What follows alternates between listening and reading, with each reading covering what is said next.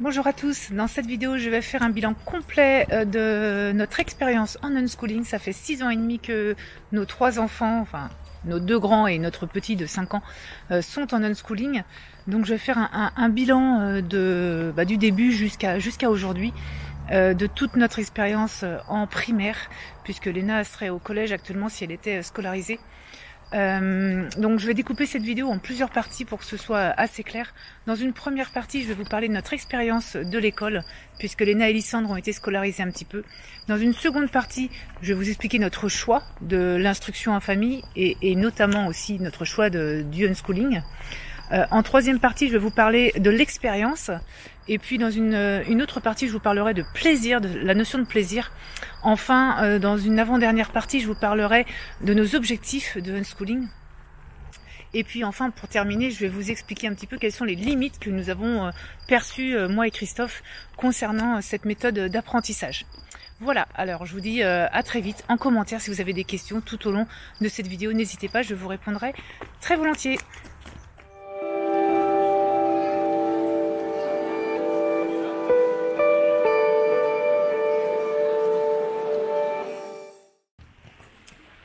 Alors dans un premier temps, je vais vous expliquer un petit peu notre parcours de scolarisation.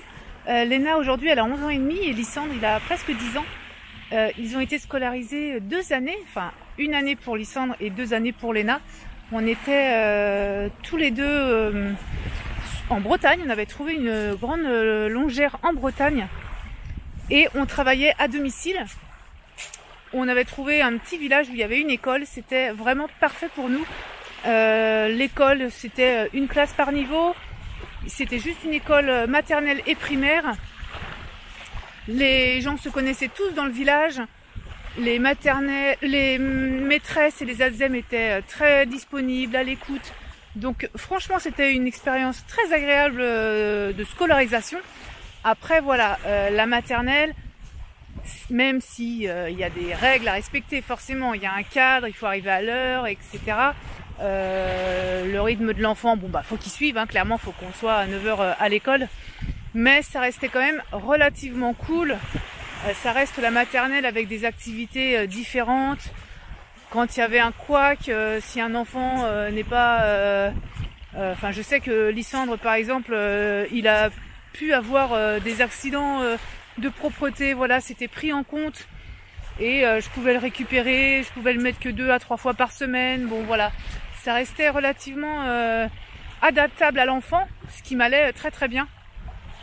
Les enfants y allaient vraiment sans aucune appréhension, ils aimaient beaucoup ça. Donc voilà, 2 bonnes expériences, 2 bonnes années d'expérience de petites sections et de moyennes sections en maternelle. Et puis on est arrivé en 2015 ou en milieu d'année 2015. J'ai fait une fausse couche, c'était mon 3e enfant que je voulais, enfin que nous voulions tous les deux, Christophe et moi. Et on s'est dit, bon bah voilà, fausse couche, il n'y aura pas de 3e bébé. Vu qu'on travaille tous les deux de chez nous avec nos ordinateurs et une connexion internet, on avait envie de découvrir un petit peu le monde et de voyager avec nos enfants. Donc c'est ce qu'on a fait, on a décidé en 2015 de partir voyager et du coup de déscolariser Léna et Lysandre pour l'année 2016. Donc en 2016 on est parti au mois de juin, ils n'ont même pas terminé leur année, ils sont partis quelques semaines avant, je crois, avant la fin de l'école. On les a déscolarisés et nous avons fait le choix de partir et de continuer l'instruction en famille en voyage. Alors notre choix c'était de changer de maison tous les mois, donc forcément tous les mois on ne pouvait pas rescolariser les enfants, c'était pas possible. Voilà, c'était beaucoup trop contraignant, aucune école n'aura accepté de scolariser les enfants juste pour un mois. Donc on est parti au Portugal, nous y sommes restés 3 mois et pendant ces 3 mois, tous les matins, on essayait de continuer l'instruction en famille. L'instruction comme on me l'avait enseigné, c'est-à-dire je m'appuyais sur des dossiers que j'avais des amis qui étaient profs et qui m'envoyaient. Donc je m'appuyais sur leurs ressources, je m'appuyais sur ce qu'ils m'envoyaient. Alors en maternelle, ça reste des exercices assez simples, hein, ça reste soit des gommettes, du collage, des puzzles, du dénombrement simple, beaucoup de graphisme, des reconstructions de scènes dans le temps pour voir s'ils se repèrent, voilà, avec le petit train de la semaine, enfin bon, si vous êtes dedans, je pense que vous connaissez, ce sont vraiment les bases. Et voilà, j'instaurais le matin principalement parce que ils étaient plus reposés. J'instaurais 1 heure d'école à Léna et à Lysandre. Et clairement, dès le départ, j'ai vu que ça allait poser un souci avec Léna. J'ai vu que tant que ça marchait bien, ça allait. Mais dès qu'elle rencontrait une difficulté, dès qu'elle n'arrivait pas à quelque chose tout de suite, notamment le graphisme, mon Dieu que ça a été dur de lui faire des lignes de A, de B. Alors même si je lui en demandais pas 40, mais je lui en demandais souvent 4 ou 5 d'affilée pour que le geste soit acquis et pour qu'elle s'entraîne. Et là, je voyais très clairement que, clairement, elle voulait pas quoi.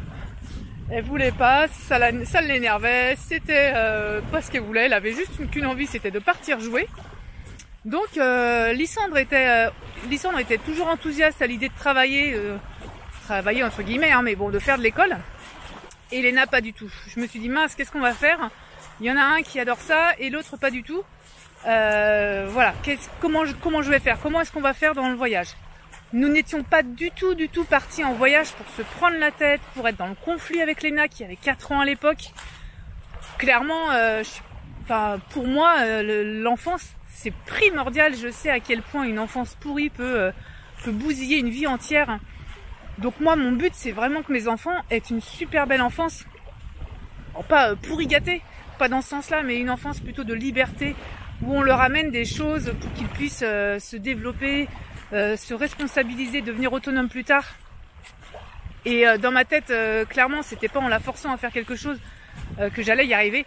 Et c'était pas en étant dans le conflit que j'allais lui donner pouvoir me rapprocher d'elle et avoir des liens complices comme je le souhaitais. Donc je me suis beaucoup documentée à cette époque-là. C'est vraiment la période où je me suis plongée dans les bouquins. J'ai acheté je sais pas combien de livres sur ma Kindle pour comprendre l'instruction en famille, les différentes façons de faire l'école à la maison. J'ai trouvé 1000 méthodes différentes, toutes intéressantes, hein, mais rien qui faisait vibrer. Jusqu'au moment où je suis tombée sur un article sur le unschooling. Et j'essaierai de vous retrouver la phrase parce que je la trouvais géniale et m'a vraiment... elle m'a fait vibrer. C'était le unschooling, c'est comme des vacances d'été qui s'éternisent, la chaleur en moins. Et j'ai trouvé cette phrase, moi, elle m'a vraiment fait réagir parce que clairement, quand j'avais 10 ans, moi, j'attendais qu'une chose, c'était les vacances, quoi. Les grandes vacances d'été, pour moi, c'était synonyme de liberté, de copains, de jeux. Je pouvais me lever à l'heure que je voulais. Donc voilà, en moi, ça résonnait vraiment très très fort.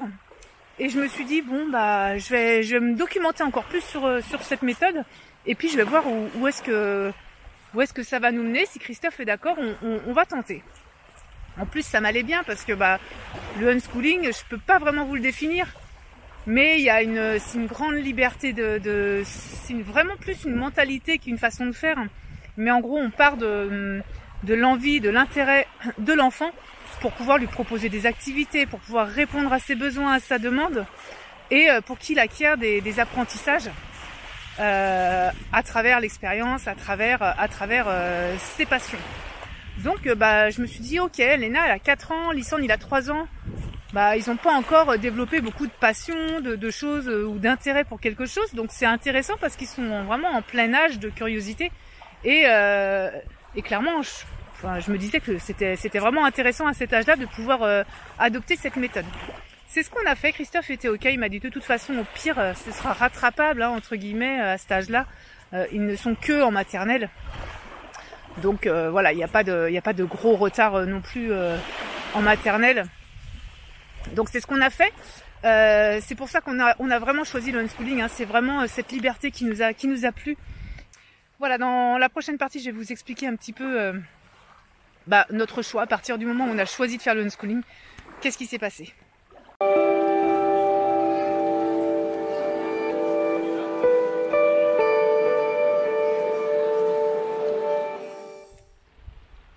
Alors il y a une chose à savoir, c'est que lorsqu'on a quand on a choisi de faire l'instruction en famille, et notamment quand on a décidé que ce serait du unschooling, il y a 2 sentiments qui étaient mêlés. Il y avait une part d'excitation, parce que voilà, fini l'école, sentiment de liberté, on allait expérimenter quelque chose qui était assez nouveau il y a 6 ans et demi, dont on ne parlait pas encore. On ne savait pas si ce serait bon ou pas pour les enfants. Il y avait cette espèce de curiosité aussi à savoir si si nos enfants seraient réceptifs, si ça allait fonctionner, s'ils allaient apprendre plein de choses. Moi, clairement, quand je lisais des choses dessus, ça envoyait du rêve. Donc voilà, il y avait ce mélange d'excitation et de joie. De pouvoir expérimenter ça et puis surtout d'enlever tous les codes, d'enlever la pression, d'enlever toutes les contraintes liées au formel, c'est-à-dire de faire des exercices sur papier, d'avoir une heure fixe pour faire l'école, de finir cet exercice, voilà, d'enlever toute cette pression et tous ces cadres. Et puis à la fois il y avait quand même ce mélange de peur qui était quand même bien présent parce qu'on ne savait pas si c'était pas un peu inconscient, si nos enfants ils allaient bien apprendre à lire, écrire, compter comme ils doivent le savoir pour plus tard. Et puis également il y avait à lâcher tout ce qui nous est ancré en fait, hein, tout ce qui a été formaté pour nous, tout le côté scolaire qu'on a appris petit, d'enlever ça, d'enlever tout ce formatage, d'enlever tu dois lire à 6 ans, tu dois compter à peu près jusqu'à 10 à 5 ans, voilà. Tous les codes dont on était ancré, il fallait les virer, c'est ça en fait le plus dur. Le plus dur à faire, c'est vraiment de lâcher toute la pression que la société a tendance à mettre en nous faisant croire que s'ils savent pas lire à 8 ans, c'est dramatique. S'ils savent pas compter à 8-9 ans, ça y est, ils sauront rien faire de leur vie. Et qu'il faut vraiment passer tout ça pour pouvoir faire quelque chose et réussir dans sa vie. Voilà, ça une fois qu'on l'a enlevé, ça a mis quand même bien facile 1 an avant de réussir à s'en libérer totalement. Mais voilà, on a décidé 2 choses. On allait vivre et leur faire confiance. On allait vivre en leur faisant confiance. C'était aussi simple que ça. On allait faire confiance et puis après, on verrait. On ferait un bilan 2 ans plus tard et on verrait. Qu'est-ce qui s'est passé une fois qu'on a décidé ça? On s'est rendu compte, mais très très très rapidement, qu'ils apprenaient déjà, même sans formel, ils apprenaient déjà à travers notre quotidien. Par exemple, quand on voulait aller acheter des tongs, que je leur disais qu'une tongue ça coûtait environ 2-3 euros, 5 euros grand maximum. Voilà, ils apprenaient à repérer le 2, le 3, le 5, à repérer des articles qui étaient en dessous ce prix. Donc il y avait la notion d'en dessous, d'au-dessus, supérieur, inférieur. On apprenait en faisant les courses, en faisant le marché, à faire des additions très très simples, des 2 plus 3, des 5 plus 2, voilà. C'était assez simple, assez sommaire, mais c'était sans même qu'ils s'en rendent compte, en fait, ils apprenaient déjà à le faire.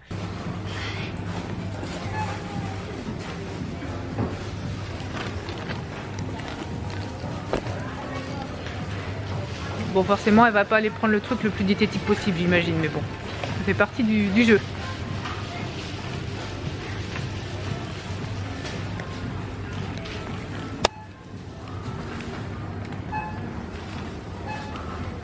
Je vais aller chercher ce qu'il faut pour moi, d'accord? Alors regarde le prix. Oh, il y en a. Attends, si. Je peux. Tu peux, pourquoi? Parce qu'il y a un. Alors c'est combien d'euros ça? 1 euro et 50. Et 1 euro 50. 50. D'accord, donc ça tu peux, c'est moins de 2 euros. Ouais, Tu veux ça? Oui. Tu sais même pas ce qu'il y a dedans? Ça se trouve, c'est des chocolats. Ouais, ça se trouve. On va voir. D'accord. Et puis, même au quotidien, en cuisinant, ils apprenaient, ok, on a tel gâteau, il faut le diviser en 4. On était encore 4 à l'époque. Combien est-ce qu'on a chacun? Bon voilà, on commençait déjà à faire des fractions sans même qu'ils s'en rendent compte. Ça, on les a pas appelés comme ça, mais forcément, on leur a montré que en divisant en 2 et en redivisant en 2, chacun avait une part de gâteau. Donc voilà, le quotidien nous a vraiment servi et nous a vraiment démontré que ils apprenaient et qu'on pouvait commencer à lâcher un petit peu et à se sentir un petit peu rassuré. En fait, à travers tout, on peut se rendre compte qu'ils apprennent. Ils ont énormément appris à travers les rencontres. Beaucoup de leurs copains, même si ce sont des copains qu'ils ont que pendant 1 mois, ils ont appris énormément, que ce soit de l'anglais, que ce soit le partage, que ce soit des jeux, que ce soit aussi dans la manière de se situer dans le clan, en tant que leader, en tant que suiveur, en tant que... voilà, comment est-ce que je m'affirme dans un clan, dans un nouveau clan où j'ai quand même envie d'appartenir. Il y a tellement plein de choses qui se passent, ils apprennent tellement aussi juste en vivant et en expérimentant qu'on s'est rendu compte que toutes les rencontres étaient vraiment source de richesse, et même pas forcément les enfants de leur âge avec qui ils jouaient, mais également les rencontres d'adultes qui leur ont appris à travers ce qu'ils nous ont appris également. Hein. Mais voilà, en Grèce, on apprenait en plein cœur des oliveraies, en plein cœur des orangers. On apprenait avec un musicien un petit peu à jouer de la batterie. On a appris avec Zeynep il n'y a pas longtemps en Turquie l'histoire du pays, pourquoi est-ce qu'il y avait tant de galeries dans les maisons, l'histoire de ces maisons avec ces longues galeries creusées, ces sous-sols. Voilà, on apprend en fait adulte comme enfant tellement à travers les rencontres. Evet, kızımıza atkı başladık. Örmek istiyormuş, öğrenmek istiyormuş. Magnifique. Evet, bir düz bir ters yapıyor. Et forcément, alors nous on est en voyage, donc on rencontre forcément, on est amené à rencontrer davantage de personnes différentes, donc c'est encore mieux. Mais même les enfants sédentaires, ils peuvent apprendre énormément des autres enfants et des autres adultes. On a appris effectivement aussi forcément à travers les lieux qu'on a traversés. Les enfants, ils se rendent bien compte que lorsqu'on est au Portugal, l'architecture n'est pas du tout la même que lorsqu'on était en Roumanie ou en Estonie. Ils se sont rendus compte de comment sont tenues les rues en Turquie et comment l'étaient en Estonie, où ils avaient même un jardin pour les poubelles, où c'était super bien entretenu. Il n'y avait pas, c'était de la pelouse pour avoir les poubelles, un petit carré tout bien fait. En Turquie, c'est pas ça, c'est à l'arrache. Enfin, voilà. Ils se sont rendus compte aussi du niveau des conditions de vie de chaque pays, en tout cas de certains pays qui les a plus marqués que d'autres. En Ukraine, comment est-ce qu'on élevait les poules en cage, qu'ils restaient en cage toute la journée pour les vendre. Enfin, voilà, il y a eu plein de choses. Toutes ces villes insalubres en Moldavie, on a vu beaucoup de pauvreté, les gens faire la manche, les gens faire les poubelles. Les gens qui n'ont juste que leurs chevaux pour se déplacer et une charrette. C'est très intéressant de voir qu'ils apprennent et qu'ils s'ancrent des lieux et des pays qu'on peut traverser et qu'on peut visiter et souvent là où on vit également, bien évidemment. Mais également il y a toute la faune et la flore, hein, bien sûr, que ce soit les animaux qu'ils rencontrent, une libellule dans un hôtel, un petit oiseau qui s'est frappé contre notre vitre, un petit hérisson trouvé dans un camping avec le village nomade. Tous ces animaux-là, ils cherchent en fait à les comprendre, qu'est-ce que ça mange, comment est-ce qu'on les rassure, comment est-ce que je peux leur mettre sur pied, quelle est sa proie, est-ce que je peux le toucher. Enfin, voilà, il n'y a pas besoin de disséquer une souris en classe pour comprendre l'anatomie d'un animal et pour comprendre un petit peu plus des espèces vivantes. Il y a juste à vivre et à être curieux sur ce qu'on voit. Même une mouche morte peut faire l'objet d'un dessin, d'une recherche. Lysandre, c'est ce qu'il avait fait. Il avait trouvé une petite mouche morte dans la cuisine. Tout de suite, il s'est penché dessus avec une loupe pour la regarder et puis pour un peu la disséquer, entre guillemets, voir combien d'ailes elle avait, comment est-ce qu'elle était faite. Et il a fait sa petite recherche dessus. Pareil pour les moustiques. Hein, voilà, ça les intéresse. Ils ont des questions. On leur dit mais cherchez les réponses par vous-même. Donc en fait la faune et la flore c'est pareil, à travers juste la vie, il n'y a pas forcément besoin de manuel ni d'écrire, ni d'apprendre par cœur pour que les apprentissages s'ancrent. Tous les pays aussi ont leur culture différente, les enfants ils s'en sont bien rendus compte. Là en Turquie, les champs de coton ça a été encore une nouveauté, parce que les champs de maïs on a l'habitude, les champs de blé, de maïs... Il y a différentes cultures qui sont plus ou moins connues des enfants assez petits, mais les champs de coton, c'était une première, ça a été vraiment une révélation pour eux de comprendre comment poussait le coton, comment on le cueillait, à quelle époque, est-ce que nous on pouvait faire pousser du coton dans un pot, si on gardait les graines, enfin voilà. Tout ça, ça fait partie des apprentissages. Tout ça, il n'y a pas besoin de manuel, c'est juste en l'expérimentant et en le vivant qu'on s'est rendu compte qu'ils ancraient les apprentissages et que c'était une richesse en plus pour eux. Léna, elle a appris à compter en comptant des feuilles d'automne. 4, 5, 6, 7. Même les saisons, enfin on voit le temps qui passe quand on est dehors, qu'on est tous les jours dehors, qu'on se balade, qu'on met le nez un petit peu dehors et qu'on change d'endroit tous les mois. Forcément on est amené à regarder les différences de température, les changements de décor, les changements de saison. Quand on fait un compost, on va être amené à parler du jardinage, de l'écologie, pourquoi est-ce qu'on composte, qu'est-ce que ça permet. Quand on va aller se balader en forêt, on va comprendre les différentes couches qu'il y a au sol, toute la nature en dessous cachée qu'on ne voit pas, les petits insectes. Enfin, c'est vraiment super intéressant de se rendre compte qu'en fait tout est source d'apprentissage en fait. Hein. La moindre balade peut être source d'apprentissage. On peut apprendre tout autant en faisant une randonnée d'1 heure qu'en apprenant dans des livres l'écosystème d'un pays ou d'un coin du monde. Donc voilà, ça c'est vraiment intéressant à comprendre, c'est qu'en vivant et en faisant confiance aux enfants, ils apprennent malgré tout. Et puis il y a effectivement aussi leurs questions, hein. Ils ont des intérêts, tout le temps ils ont un intérêt différent. À un moment ils ont voulu expérimenter la pêche, et puis il y a des questions, et puis le système solaire par exemple, c'est revenu beaucoup. On a fait un travail sur le système solaire parce qu'ils étaient en demande de comprendre un petit peu quelles étaient les planètes, combien il y en avait, est-ce qu'elles étaient grosses, est-ce qu'elles étaient près de nous, loin. Pareil pour l'eau dans tous ses états, ça c'est quelque chose qu'on pouvait expérimenter. Lysandre ne comprenait pas que la buée, quand on faisait bouillir de l'eau, c'était de l'eau. Donc on a fait l'expérience. On a fait l'expérience d'abord en allant chercher des petites fleurs, tout simplement, en cueillant des fleurs différentes et en faisant une petite assiette. Après ils l'ont dessinée ou peinte, je ne me souviens plus très bien. Et ces petites fleurs, je leur ai demandé ensuite de les mettre dans des bacs à glaçons. On a mis de l'eau et on a mis de l'eau liquide, et on leur a demandé de mettre ça dans le congélo. Ce qu'ils ont fait, et forcément le lendemain matin, l'eau était devenue solide. À moins 18, là je pense que le congélateur il doit être à peu près à moins 18. L'eau elle devient solide. Ça devient un glaçon. D'accord? Et ça fige ce qu'il y a à l'intérieur. Tu vois, ça ne bouge plus. Donc voilà, ils ont vu déjà 2 états.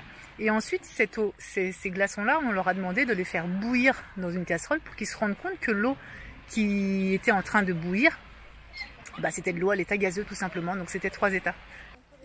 Donc voilà, toutes les expériences qui demandent vraiment très très peu de temps peuvent être amenées à faire apprendre à nos enfants tout simplement, hein, à leur montrer, à leur apprendre plein de choses et de manière très ludique et pas de manière rébarbative ou à apprendre par cœur. Et ça s'ancre parce qu'ils l'expérimentent tout simplement. Et là, après, je vais arriver à la partie juste d'après qui est vraiment centrée sur l'expérience.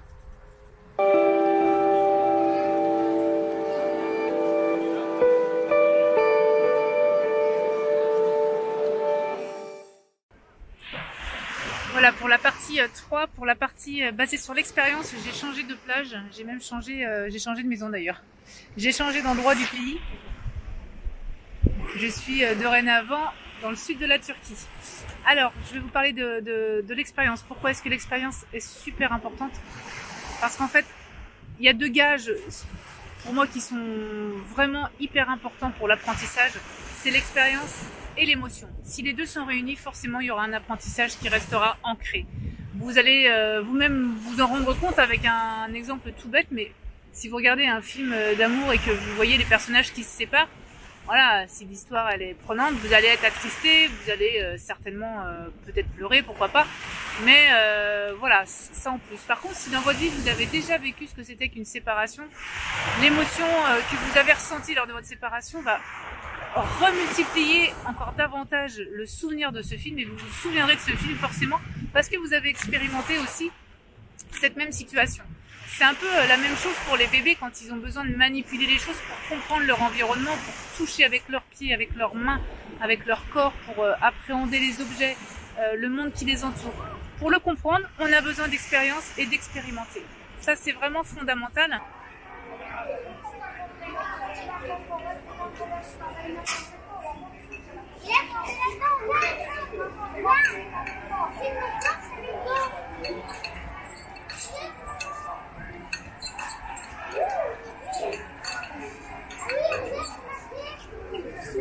Et je pense que c'est tellement contraire à l'école quand on reste assis derrière un pupitre à écouter des leçons ou à devoir apprendre par cœur sans comprendre. que pour moi c'est vraiment un anti-apprentissage hein, de rester figé sur une chaise, même si l'école classique essaye de s'améliorer et de faire de plus en plus de choses, d'ateliers pratiques, ça reste quand même minime par rapport à tout ce que les enfants ont à explorer dans une vie. Donc voilà, pour moi l'expérience c'est vraiment la clé numéro 1 avec l'émotion pour qu'ils en retirent de l'apprentissage et que ce soit ancré à vie. Si vous faites apprendre l'étape de multiplication en les faisant tourner en rond dans leur chambre pendant 1 heure pour qu'ils les sachent par cœur, ou si vous les faites en chantant avec la bonne humeur, en faisant chauffer une brioche dorée au four, vous verrez qu'ils les retiendront plus facilement parce qu'ils auront ce souvenir heureux et ils auront envie de retourner à leur table de multiplication parce que voilà, ça leur rappellera pas un côté trop rébarbatif. Mais c'est comme ça pour tout en fait. Donc vraiment laissez vos enfants expérimenter. Et c'est vraiment ce qui se passe en unschooling. Les enfants expérimentent tout au lieu qu'on leur mette dans les mains des choses dont ils veulent. On leur fait créer en fait, hein, tout simplement. Je me souviens que Lysandre il avait envie d'un bouclier de chevalier. Ben, on lui a montré comment le créer lui-même. Il a dessiné, il a fait sa recherche, il l'a dessiné. On a trouvé un carton, un grand carton qu'on a découpé sous la bonne forme. Il a cherché ses couleurs, il l'a peint, voilà. Il s'est vraiment approprié le projet, il a expérimenté la chose et voilà, ça lui donne davantage envie de créer par lui-même de nouvelles choses et de s'intéresser au sujet du château fort, des chevaliers, du Moyen-Âge en général, que plutôt si on lui avait acheté un bouclier tout fait ou si on lui avait fait apprendre voilà, de l'histoire à travers des livres.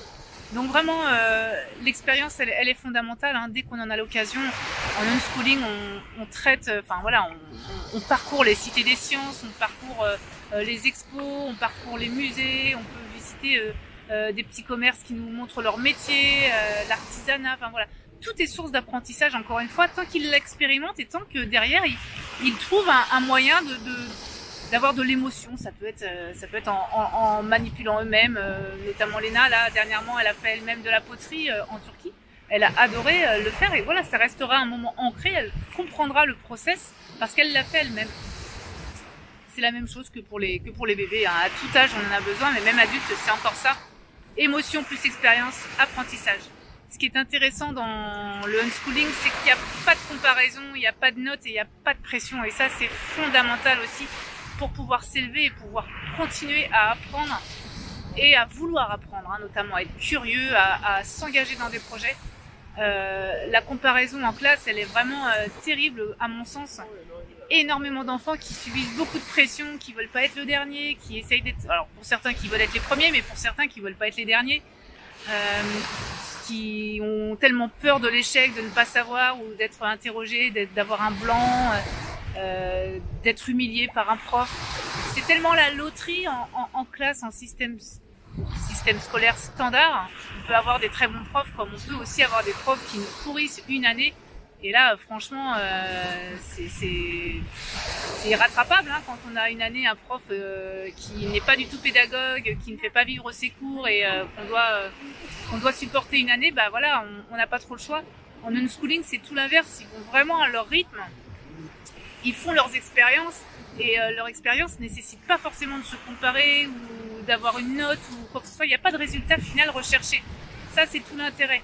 Il n'y a pas de résultat final recherché, il n'y a pas de pression, il n'y a pas de finalité. S'ils veulent arrêter un projet, si Lysandre avait voulu s'arrêter au milieu de création de boucliers, il aurait très bien pu, c'était son choix. Chaque enfant est différent et a des envies différentes. Il a eu ces périodes de tanks aussi, où il créait beaucoup de tanks, des avions, des tanks, enfin voilà, tout ce qu'il pouvait avec du papier. Tout ça, ça lui a demandé de la recherche. Et c'est en expérimentant, en regardant, en manipulant encore une fois que il se faisait ses projets et ensuite qu'il créait ses jeux. Donc l'expérience est vraiment fondamentale, sans notes, sans pression, en suivant un rythme et sans compétition surtout. Ça c'est pour moi le summum du unschooling, c'est vraiment basé sur l'expérience. Donc faites confiance, vivez et vous verrez que vos enfants expérimentent énormément de choses. Dans la partie d'après, je vous parlerai du plaisir.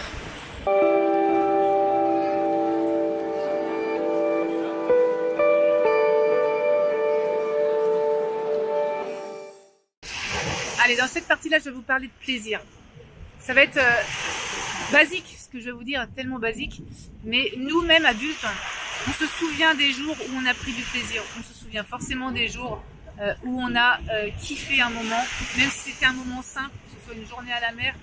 Je sais pas pourquoi, parce que justement, il y aura eu de l'émotion, comme je vous en parlais précédemment. Parce que voilà, il y aura eu des échanges intéressants, il y aura eu une partie de jeu intéressante ou rigolote ou amusante ou une anecdote, quelque chose. Mais en tout cas, avec le plaisir, on se souvient des choses. Donc comment demander à des enfants d'apprendre des choses par cœur s'ils n'ont pas de plaisir, s'ils ne trouvent pas de plaisir à apprendre, à faire des recherches, à se dire que au bout de la recherche, il y a quelque chose qu'ils vont aimer comprendre et savoir en fait. Hein. Là en ce moment, Lysandre il se fait une recherche sur Michael Jackson. Et en fait, maintenant, il adore regarder les clips, les autres chansons qu'il a faites. Ça y est, l'exposé est fait, il est fini. Mais voilà, le sujet l'intéresse, il continue à se documenter dessus. Et ça nourrit encore davantage son exposé et surtout son envie de comprendre. Soit sur Michael Jackson ou sur toute autre chose. Hein. Il a eu un moment où c'était sur les tsunamis. Léna, c'était sur les volcans. Léna est davantage intéressée par tout ce qui est animal. Donc voilà. Peu importe leurs intérêts, en prenant du plaisir dans leur recherche, en prenant du plaisir dans leur façon de chercher des infos, de se documenter, pourquoi pas de visiter des choses sur le sujet, et ben il en ressortira forcément des choses positives. Le but c'est pas de savoir pour savoir, le but c'est qu'ils se nourrissent en fait, hein, et qu'ils aient vraiment les réponses à leurs questionnements. D'enfants, on en a tous eu des questions qui étaient sans réponse et dès qu'on le peut, on essaye d'amener du plaisir dans leurs apprentissages, on essaye de les emmener dans des expos, dans des musées, dans les cités des sciences, tous ces endroits où ils peuvent expérimenter, que ce soit des métiers ou ils peuvent expérimenter un sujet, notamment tout ce qui est l'aéronautique notamment, hein, un sujet qu'on ne maîtrisait pas ni moi ni Christophe. Les enfants ont adoré aller dans une expo qui en parlait. Voilà, tous les sujets peuvent être intéressants et à partir du moment où ils sont amenés avec le plaisir, ils s'en souviennent. Pareil pour l'infiniment petit. Je me souviens qu'on avait fait une expo sur les microbes, sur les virus. Ils ont adoré ça parce que bah voilà, ils ont regardé avec des loupes, avec des microscopes, en faisant des tests.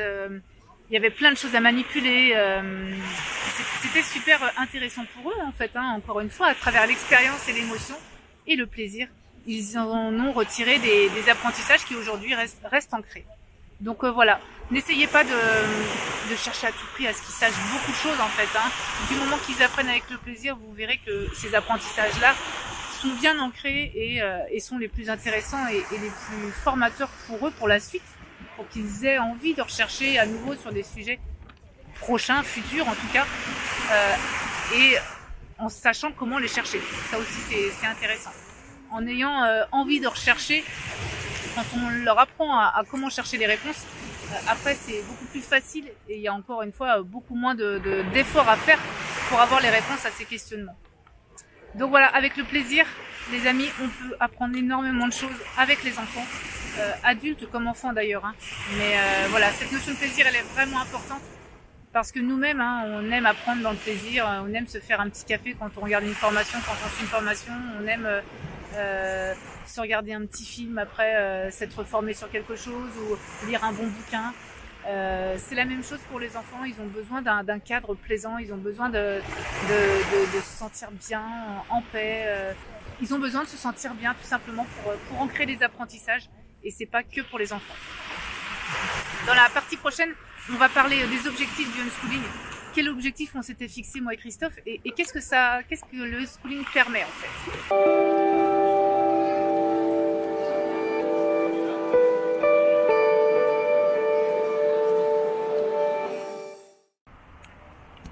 Allez, dans cette partie, je vais vous expliquer un petit peu les objectifs qu'on s'était fixés, Christophe et moi. Alors, on s'était pas fixé de grands objectifs.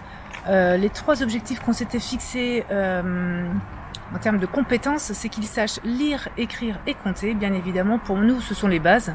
S'ils savent bien lire, bien écrire et bien compter, je pense que déjà, ils sont partis sur de bonnes bases dans la vie. Et ce qui n'est pas officiel, hein, mais pour nous le plus important c'était également, et c'est pas une compétence, mais plutôt un savoir-être, c'est qu'ils soient heureux, hein, tout simplement. C'est qu'ils soient bien dans leur basque, qu'ils aient confiance en eux.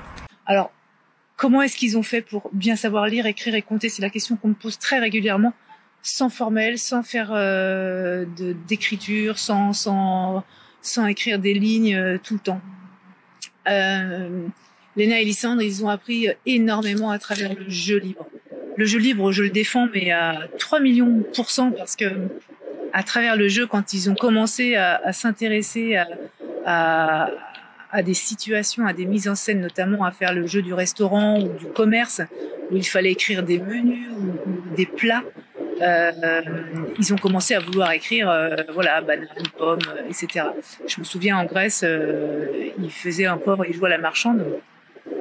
Et ils s'étaient fabriqué un petit commerce dans notre salon, et voilà, ils avaient pris un petit peu des aliments de la cuisine, des bananes, je sais plus, des conserves, je sais plus trop ce qu'il y avait, du thé, et voilà, ils me demandaient comment ça s'écrivait, ils encrent, ils recopient, ils s'interrogent, ils nous posent des questions. À partir de leur jeu, en fait, il y a énormément de choses qui en découlent et d'apprentissage qui en découlent. Ils ont vraiment écrit énormément de choses, en fait, à partir du moment où pour eux c'était un jeu, c'était une finalité, c'était comprendre l'autre, c'était pareil pour compter, c'était savoir combien est-ce que je vais devoir à la marchande, faire des petites additions sur une machine virtuelle, sur une caisse enregistreuse virtuelle. Je les ai laissés manipuler de la vraie monnaie pour qu'ils puissent s'habituer aux centimes, aux euros. Et c'est la même chose dans tous les pays, on leur laisse manipuler l'argent parce qu'ils comprennent, que ce soit en Croatie, en Turquie ou autre, partout dans les pays où il y a une monnaie différente, ils ont besoin de se l'approprier et de comprendre quelles sont les coupures, quelles sont les monnaies. Donc voilà, à travers le jeu, vraiment, ils ont appris beaucoup.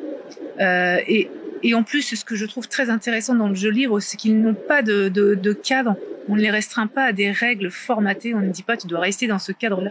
C'est eux qui inventent. Donc c'est leurs envies qui leur dictent aussi quoi inventer comme règles. Ça ne les restreint pas et ça ne les oblige pas à se soumettre encore une fois à une autorité extérieure. Ça, dans l'école, c'est ce qui est dommage, c'est que toute la journée on les soumet à des contraintes extérieures. On leur dit quand faire pipi, on leur dit quand aller manger, on leur dit quand il faut apprendre de l'anglais, on leur dit quand c'est l'heure de partir, quand c'est l'heure d'arriver. Enfin, aucunement dans leur journée ils n'ont l'espace de faire des choix. Ou alors très très peu dans leur récré quand ils sont en jeu avec leurs copains. Et en ce cas-là, oui, bien évidemment qu'ils ont aussi des jeux libres en récréation. Mais quand bien même, il faut quand même qu'ils respectent des règles. C'est pareil dans la vie avec nous en unschooling, c'est la même chose. Ils ont certaines règles à respecter, hein, pas de violence, etc., etc., pas de vulgarité, pas de violence.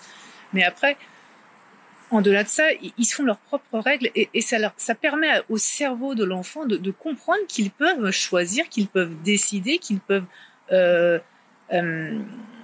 se poser des questions. Est-ce que c'est bien ce qu'on me demande de faire? Pourquoi est-ce que c'est bien? Pourquoi est-ce que c'est pas bien? Pourquoi je suis d'accord? Pourquoi je ne suis pas d'accord? Et ça, c'est très peu le cas dans une école où on leur demande juste de faire ce qu'on leur dit. Donc ça, c'est vraiment super important en unschooling. C'est ce que j'aime beaucoup. Enfin, en unschooling ou en toutes les autres méthodes alternatives d'apprentissage, en IEF en général, quand l'enfant n'est pas soumis à une pression, à des règles trop strictes, il peut élaborer des plans, il peut élaborer un plan d'action, quoi faire, comment, qu'est-ce que je vais mettre en œuvre pour arriver à ça. Voilà, notamment là, pour lire et écrire, ça a été vraiment flagrant. Ils ont vraiment commencé à écrire en écrivant des petits mots simples. C'était pomme, banane, vraiment des petits mots tout bêtes. Et au fur et à mesure, ils ont augmenté leurs apprentissages. On a lu des livres avec eux. On a lu des choses qu'ils aimaient. Vraiment, c'était eux qui choisissaient. Aujourd'hui encore, ils choisissent tous les supports de lecture qu'ils veulent. C'est beaucoup de BD. Les Sisters, les Garfield, les Lanfeust de Troyes, les Naruto en manga. Voilà, il y a pas de nom. Il y a même des romans. On a lu les Toby Holness, les Harry Potter. Enfin voilà, il y a pas de. Jonah à 5 ans, c'est bien acquis. À force de lire des petits livres, il a bien compris que une c'était UNE et un c'est UN. Voilà, il n'y a pas besoin de leur faire des cours très rébarbatifs pour qu'ils comprennent en fait l'essentiel. Et bien évidemment, ensuite, il y a des questions qui arrivent et on est là pour y répondre. Donc vraiment le jeu libre à 1000%. Lorsqu'ils sont intéressés par un sujet, c'est eux qui vont chercher comment faire, ou ils nous demandent, ils veulent accéder à ça. Je me souviens très bien des dessins qu'on avait vus d'une jeune fille qui dessinait sur tablette. Elle avait fait des très beaux rendus. Et Lysandre Elena voulait absolument faire aussi des dessins comme ça sur tablette, en faisant du coloring, etc. Donc voilà, la thématique, c'était celle qu'ils voulaient. Ils ont choisi les monstres, ils ont dessiné leurs monstres, ils l'ont peaufiné, ils lui ont donné un nom. Après, on l'a mis sur la tablette, ils l'ont colorié. Enfin voilà, ils cherchent comment faire. Et c'est la même chose quand ils veulent réaliser une petite BD eux-mêmes, ou quand ils veulent réaliser un petit montage vidéo eux-mêmes. Ils nous demandent comment utiliser Premiere Pro. Quand ils veulent détourer un personnage pour rajouter sur une photo ou autre, ils nous demandent comment utiliser Photoshop. En fait, voilà, nous ne sommes que des pantins en fait, qui essayons au mieux de répondre à leurs besoins. Et malheureusement, on ne sait pas tout. On est peut-être bon dans certains domaines, mais dans d'autres, on est nul. Et c'est en ça que le unschooling, il n'est pas restreint en fait. Il s'étend vraiment à la vie en général. Et dès qu'on a l'opportunité de rencontrer des gens avec des compétences, les enfants, ils se l'approprient. Léna, quand elle a vu Selma, notre voisine à Bodrum, coudre, elle lui a demandé si elle pouvait lui apprendre. Elle a appris à coudre avec elle. Quand on était au village nomade, on a appris à faire des choses avec les copains aussi, à faire de la cuisine, je sais plus, à faire du kéfir. Voilà, nous-mêmes on apprend des choses à tout âge. Donc il n'y a pas de raison que les enfants n'apprennent pas et ne s'enrichissent pas de tout leur environnement, de toutes les rencontres qu'ils font, dans le plaisir et encore une fois à travers l'expérience. Donc il y a plusieurs choses que j'ai remarquées et que Christophe aussi a remarqué grâce au unschooling. Ce que le unschooling permet, c'est vraiment d'apprendre avec le plaisir, on l'a vu, mais ils prennent aussi également confiance en eux, ils prennent confiance en leur capacité de décision, leur capacité d'action, leur capacité de justesse, leur morale. Tous les jours un petit peu, ils se défient, ils trouvent de nouveaux sujets pour appréhender des nouveaux thèmes, pour comprendre d'autres choses, pour comprendre des sujets délicats, tabous, difficiles. Léna, elle a 11 ans et Lysandre, il en a bientôt 10. Voilà, c'est pas un âge où on peut tout dire dans les moindres détails. Mais par contre, on peut parler de kidnapping, on peut parler de guerre, on peut parler de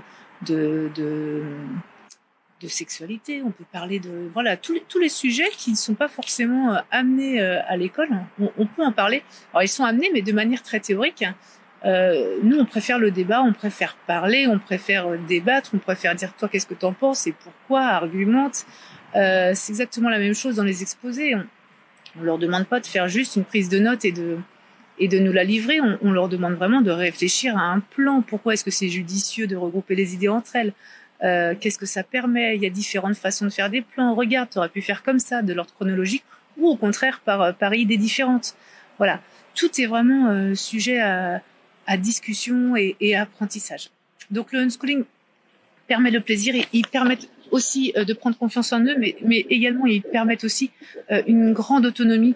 Ils sont beaucoup plus autonomes que des enfants qui sont scolarisés, beaucoup plus débrouillards. Ils savent s'adapter. Et ils savent réfléchir par eux-mêmes. Et ça, pour moi, c'est la clé, quoi. Ils savent réfléchir par eux-mêmes. Ils savent dire s'ils ne sont pas d'accord. Alors, bien évidemment, ça reste des enfants. On peut pas leur demander d'avoir une maturité d'adulte. Mais malgré tout, ils sont amenés quand même parfois à s'opposer, à dire moi je ne suis pas d'accord et à dire pourquoi.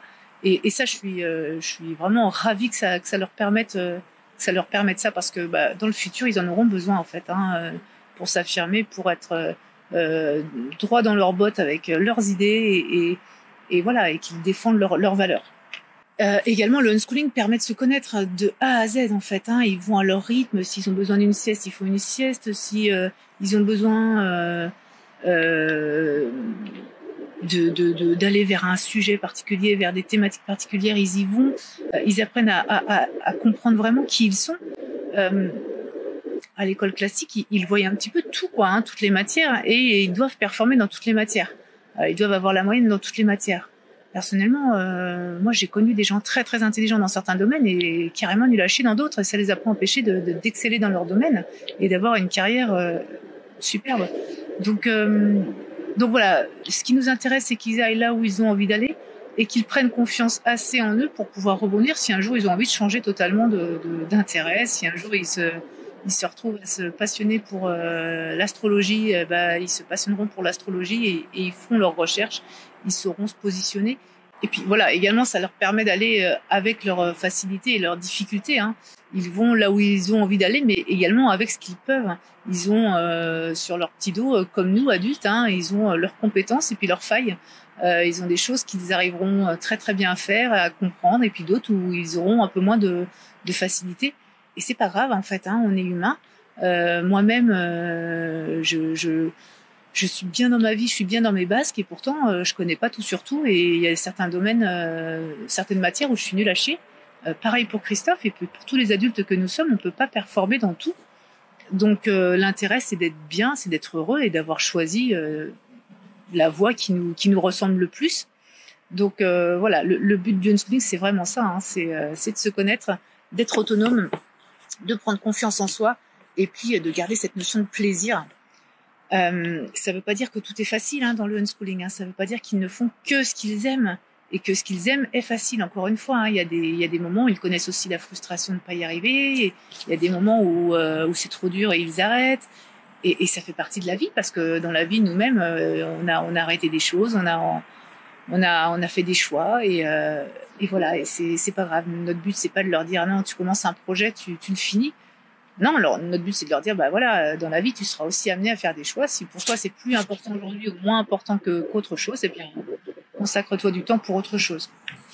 Dans la prochaine partie, je vais vous parler des limites qu'on a perçues moi et Christophe au unschooling, et c'est une partie qui est pas négligeable pour ceux qui voudraient se lancer dans le unschooling. À tout de suite.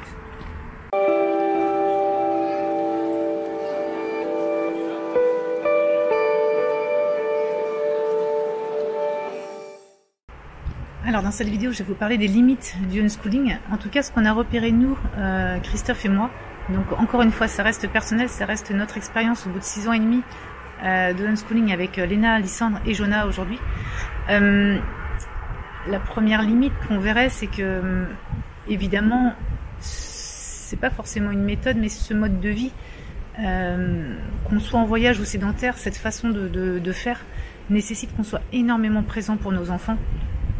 Et ça, c'est génial, parce que on sait qu'on partage tout avec eux, on sait que on est quelque part acteurs de leurs apprentissages, même si c'est pas nous qui apprenons à leur place, même si c'est pas nous qui expérimentons pour eux, mais bon, ça reste quand même nous qui les aidons et qui les accompagnons à faire leurs projets, leurs envies, à aller là où ils ont envie d'aller. Et ça peut être parfois aussi très pesant. Donc les limites que je verrais, c'est vraiment cette disponibilité à avoir sans faille jour après jour, parce que les enfants ils sont tout le temps à fond, et quand ils ont un projet en tête, ils veulent le faire tout de suite et maintenant, et c'est pas forcément évident d'être dispo tout le temps, surtout quand on travaille. Donc c'est voilà, la disponibilité c'est quand même quelque chose qui est pas facile à gérer, H24, 7 jours sur 7, toute l'année. Donc c'est quelque chose à prendre en compte. Il n'y a pas que des projets magnifiques qui aboutissent, il y a aussi son lot de frustration, son lot d'échecs, le lot de voilà, tout ce qu'un enfant peut rencontrer devant des choses qu'il n'arrive pas forcément à mettre en place. Ce sentiment de pas réussir, ça arrive aussi en unschooling évidemment, même si la plupart du temps, vu qu'il n'y a pas de pression, pas de notes et qu'il n'y a pas d'objectif, il est moindre, mais malgré tout ils s'en mettent des objectifs eux. Donc vous savez bien, on est toujours un peu plus dur avec soi-même qu'avec les autres parfois, et les enfants c'est vraiment le cas. Donc je dirais que ce côté-là peut être parfois compliqué à gérer. Il y a un autre point qui est intéressant et qui est important aussi dans le unschooling. Une des limites qu'on a repérées, c'est quand même qu'il fallait varier les supports. C'est bien beau de vouloir juste vivre et expérimenter. Parfois, on est à court d'idées, on est à court d'expériences à faire. On est dans un endroit, alors nous, on voyage tous les mois, donc forcément, on a un peu plus matière entre guillemets à visiter, à aller vers d'autres personnes qui ont d'autres compétences ou qui peuvent nous apprendre d'autres choses. Mais quand on est sédentaire et qu'on fait le unschooling, on n'a pas forcément ce terrain de jeu qui change tous les mois comme nous. Donc ce qui est quand même important, c'est quand même de varier les supports d'expérience. Je vous le disais tout à l'heure, hein, on essaye au maximum de les sortir, les enfants. Alors ça peut être pour marcher, hein, on marche beaucoup avec les enfants, que ce soit pour une promenade d'une demi-heure ou d'une heure, d'une heure et demie, 2 heures. Il y a tant à apprendre des gens, même le voisin, il peut avoir une collection qui peut être intéressante. En fait, tout est, bon, je vous le disais hein, déjà, hein, mais tout est source d'apprentissage. Et le fait de s'ouvrir au monde, de s'ouvrir aux gens, d'être souriant, d'être bienveillant, d'expliquer que les enfants, ils aimeraient apprendre. Les gens, ils sont contents en fait de montrer ce qu'ils savent faire, de montrer leurs compétences, de montrer leur métier ou pas, ou leur passion. Quand on était en France dans les vignes, on était super content de voir comment ils récoltaient, le raisin, de faire les vendanges. Voilà, tout est un support intéressant, mais il faut quand même savoir les varier. Il faut savoir les emmener, les proposer aux enfants. Les enfants tout seuls, ils sont timides, ils vont pas, enfin les nôtres en tout cas, ils vont pas forcément oser demander. Donc c'est à nous aussi de d'élancer la chose pour qu'ils puissent, accueillir un nouveau savoir, un nouveau savoir-faire, un nouvel angle de vue. Ça peut être juste des discussions parfois. Je me souviens que j'ai parlé de la position de la femme à une Turque, à notre voisine turque, et c'était très très intéressant de l'écouter parler. Avec son regard à elle, et même Léna me posait plein de questions. Pourquoi est-ce qu'elle dit ça? Je comprends pas, moi je serais à sa place. Voilà, c'était super enrichissant. Tout ça, toutes ces discussions, tous ces moments de vie, toutes ces expériences, toutes ces situations leur permettent de réfléchir. Et en fait, c'est gagné quand on leur permet de réfléchir. Il y a une dernière limite dont je voudrais parler, c'est quand même que le unschooling nécessite malgré tout de pouvoir supporter les coûts. C'est pas que ça nécessite énormément d'argent, mais c'est que forcément si on propose beaucoup de support, beaucoup d'expérience, les sorties ne sont pas gratuites. Donc oui, il faut quand même pouvoir réussir malgré tout à assumer des musées, des sorties culturelles, sportives, pour vraiment étoffer justement ce tableau d'expérience dont les enfants ont besoin pour savoir ce qu'ils aiment. Nous, on a la chance de voyager tous les mois, donc forcément tous les mois, ils ont des expériences et des opportunités différentes. Ici, ils ont une piscine, mais ils ont appris à nager dans une piscine qu'on avait lors d'une négociation de logement. Donc, c'est ce qui leur a permis de savoir nager. Sinon, on n'aurait peut-être pas fait l'effort d'acheter une carte de piscine municipale du pays dans lequel on était pour pouvoir leur permettre de savoir nager. En fait, c'est l'opportunité qui a fait que. Pareil pour le vélo, ils ont appris à faire du vélo seuls. Parce que on a eu l'opportunité d'avoir des vélos. Mais voilà, il faut quand même malgré tout penser que si on veut étoffer les expériences, si on veut les multiplier, ça nécessite quand même un coût. Alors nous, dans notre voyage, on est plutôt bien lotis puisque c'est différent tous les mois. Donc encore une fois, je le répète, le terrain de jeu est différent, les expériences, les endroits, les rencontres sont différents. Ils vont rencontrer des copains qui jouent au foot, et puis après ils vont rencontrer des copains qui jouent au basket, et puis après des copains qui se passionnent pour les mangas, etc. etc. Donc voilà, c'est vraiment ce coup, si on est sédentaire en France, si on a une maison en France, multiplier les échanges avec les autres familles, multiplier les sorties culturelles qu'on peut faire. On peut faire énormément de choses déjà autour de chez soi. Mais ça peut nécessiter quand même malgré tout de devoir payer un abonnement au foot et au piano ou des cours de je sais pas, de guitare, peu importe en fait ce que l'enfant aimerait découvrir, mais en tout cas leur faire découvrir. C'est pas forcément tout le temps gratuit. Bien sûr, en France, on a quand même la chance d'avoir énormément de bibliothèques municipales, énormément de ludothèques aussi avec des jeux et des espaces de rencontres. Donc voilà, encore une fois, le temps, un peu d'argent et varier les plaisirs, les opportunités. c'est ce qui fera un bon unschooling. Il y en a beaucoup qui me disent que le unschooling, c'est très bien quand les enfants sont petits et quand ils grandissent à l'adolescence, c'est plus difficile. C'est vrai, je suis un peu d'accord parce que quand ils sont petits, ils ne savent pas quoi faire. C'est les parents, bien naturellement, qui proposent souvent aux enfants des expériences, des sorties, de s'enrichir de rencontres, de sport, de culture. Voilà, ils arrivent plus ou moins à vivre dans un environnement assez riche et ils puisent dedans. Donc je suis d'accord, ils font les liens avec eux assez tardivement en fait, hein. Ils font les liens avec ce qu'ils sont vraiment plutôt vers 11, 12, 13 ans. Et à l'adolescence, effectivement, le unschooling, il est un peu différent dans le sens où ils se connaissent déjà un petit peu, ils savent ce qu'ils aiment, ils savent s'ils sont plus manuels, intellectuels, s'ils sont minutieux ou pas, s'ils veulent travailler un objet, une matière, ou si ils veulent créer quelque chose, s'ils veulent aider, être dans l'accompagnement, ou s'ils veulent être, je sais pas moi,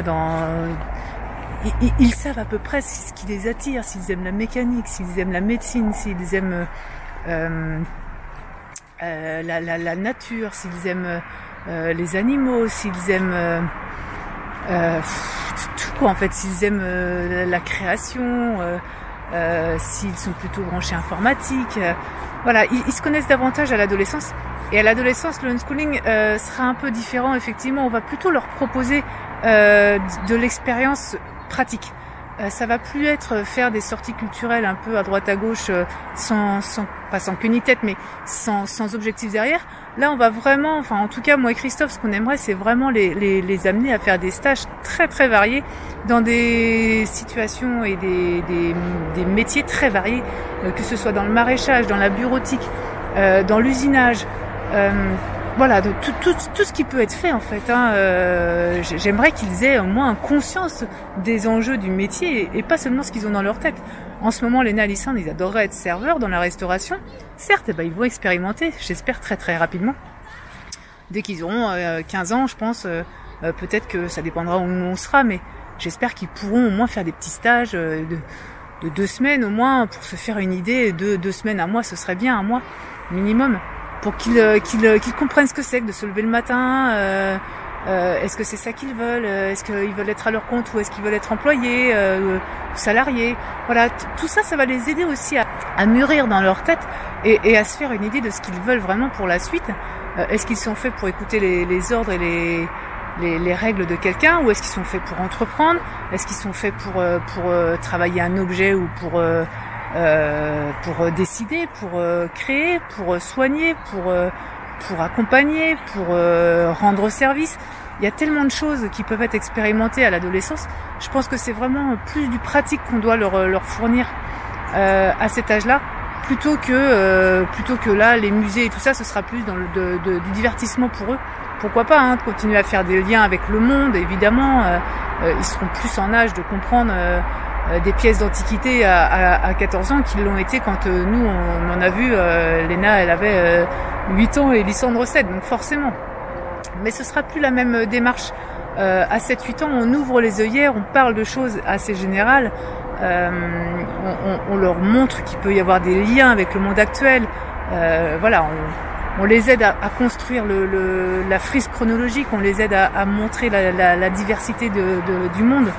Mais voilà, ça n'a pas un grand rapport avec ce qu'ils sont eux. En tout cas, ça les aide à savoir s'ils aiment ou pas, en tout cas, hein, cette discipline, cette matière.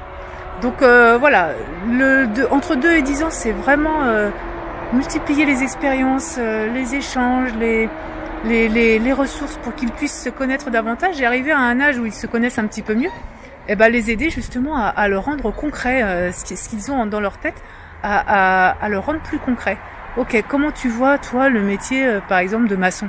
Est-ce que ça te plairait? Ah bah oui, moi j'adore, je pourrais faire des maisons.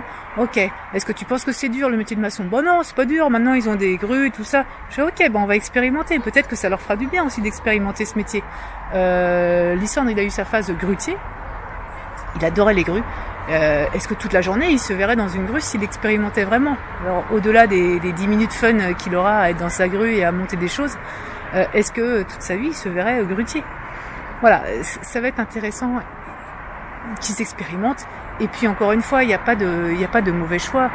Même si à 20 ans ils se lancent dans une carrière de vendeur commercial par exemple, ils peuvent tout à fait se réorienter à 25 ans et ils se seront dit ok, c'est pas pour moi, c'était nul, finalement je me lance plus là-dedans, et puis ils sauront rebondir et se réadapter. On n'est plus fait pour un seul métier, donc le but c'est vraiment de leur montrer ce qu'il en est, comment est ce monde, qu'est-ce qu'ils peuvent faire, et d'aller vraiment là où ils ont envie, encore une fois avec leur cœur, et que ce soit métier passion plutôt que métier subi. La seule chose que je veux pas pour mes enfants, c'est qu'ils se lèvent le matin en ayant aucune envie d'aller bosser. Ça, c'est tout ce que je leur souhaite pas. Je souhaite vraiment qu'ils fassent un métier qu'ils aiment tous les trois. Donc voilà, le unschooling, c'est ça, hein, c'est vraiment les former pour qu'ils soient encore plus heureux et qu'ils trouvent leur voie, quelque chose qui leur ressemble.